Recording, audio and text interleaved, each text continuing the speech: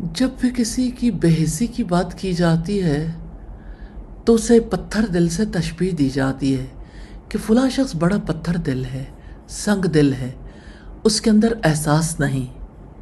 لیکن کبھی کبھی پتھروں کے سینے میں بھی احساس اجاگر ہو جاتا ہے۔ کیا آپ جانتے ہیں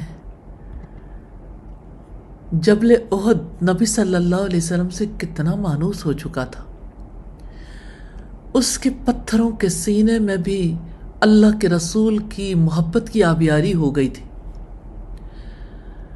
اس کی محبت کی تصدیق نبی صلی اللہ علیہ وسلم نے خود کی۔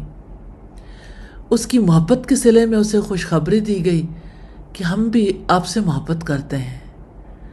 سیدنا انس بن مالک سے روایت ہے، رسول اللہ کو احد پہاڑ نظر آیا تو آپ نے فرمایا، ھذا جبل یحبنا ونحبہ، اللہم ان ابراہیم حرم مکۃ وانی احرم ما بین لابتیہا۔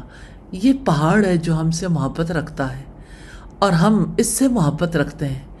یا اللہ، ابراہیم علیہ السلام نے مکہ کو حرم بنایا اور میں اس مدینہ طیبہ کے سنگلاخوں کے درمیان کے حصے کو حرم بناتا ہوں۔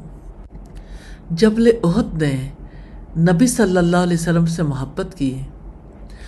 آپ صلی اللہ علیہ وسلم نے بھی اسے اپنی محبت کی خوشخبری دی۔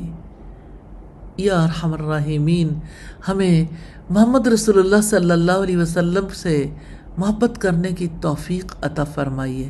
آمین ثم آمین۔